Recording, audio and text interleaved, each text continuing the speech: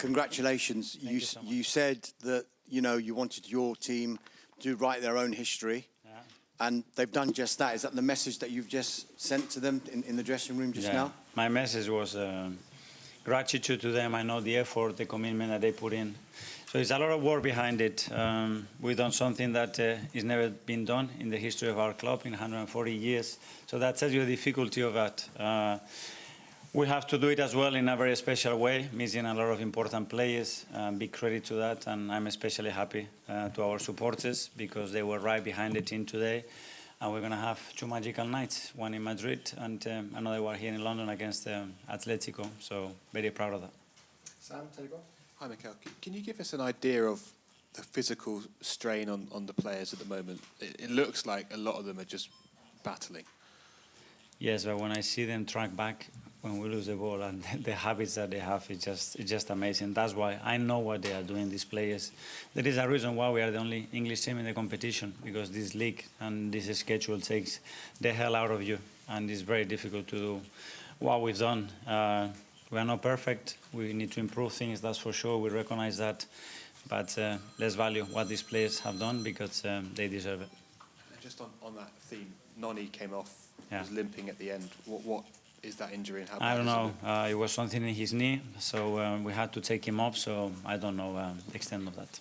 Josh from the Sun, in the front. Hi, Mikel. You spoke about the fire before the game. Do you feel like you got that fire out of your players tonight? 100%. And especially I saw that in moments of difficulty, when we give the ball away in circumstances that is not very much like us, how willing everybody is. Declan yesterday, he was shattered. He had no chance to play today.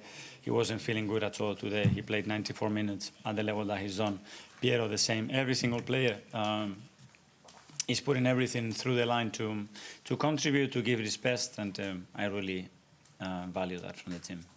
Alex from the BBC. Hi, Mikel. Do performances matter at this stage of the season? If you aren't at your best, does it matter? Or do you care if Arsenal aren't at their best if you get over the line? You have to be better than the opponent, and I think we have many periods in the game that we were there. We didn't score the goal, we didn't finalize the actions well enough. But we had many other things that are very important to get the result that you need in a tie. And it's at this moment as well about the way you compete.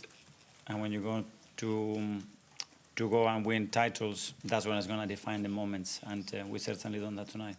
Ed from the Guardian. Hi, Mikel. Hi. You at the full-time whistle, you had a big sigh of relief because there was a really close chance at the end. I saw you when you were shaking hands with the sporting manager. Do you think that this kind of narrow progression into the semi-final can really help you now heading into Sunday's game? 100%. This is a massive boost. I mean, to be in a semi-final of the Champions League, it's extremely tough, and we know what we've done. We deserve it, fully deserve it as well, and we're going to enjoy it because we deserve it. Tom from London. Hi, Mikel. Hi. Declan stepped up as captain. We've noticed that there's been games this season where Gabriel's worn the armband when Rice has been on the field. You've made the decision to give Rice the armband now. What's behind that? They made a decision, and they made a decision because Declan, I think, has earned as well the status, the role, the way he's taking ownership as well in difficult moments, and yeah, he's a great leader. He's a top player for us, and I love that the players take that ownership. And one from Portuguese. Hi, Arteta, Bárbara Simões, SIC Portugal. If you were on the other side, if you were a Sporting coach, would you consider this outcome fair? Sorry? If you consider this outcome, the result I fair? don't know. I'm the Arsenal manager, and I think it's very fair what happened over the last two legs. Yeah. Okay, we'll do James from CBS. Hi, Mikel. I'm sure from the outside it feels quite tense holding on to a one-goal lead, but when your team can go from the 67th minute to that last kick of the ball, not allowing a shot, no touches in the opposition box, I don't think.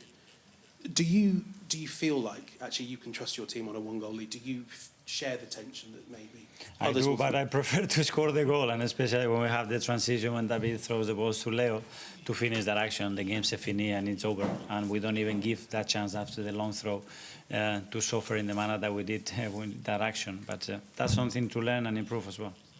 One here. Yeah.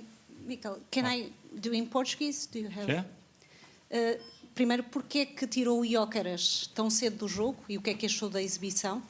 e depois se viu o lance em que o Sporting pediu o penalti sobre o Maxi Araújo com o Mosquera.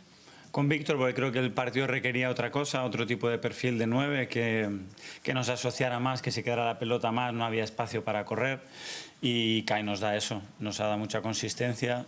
Sobre la acción no la he visto, lo que me han dicho es que no era penalti, pero yo personalmente no la he visto.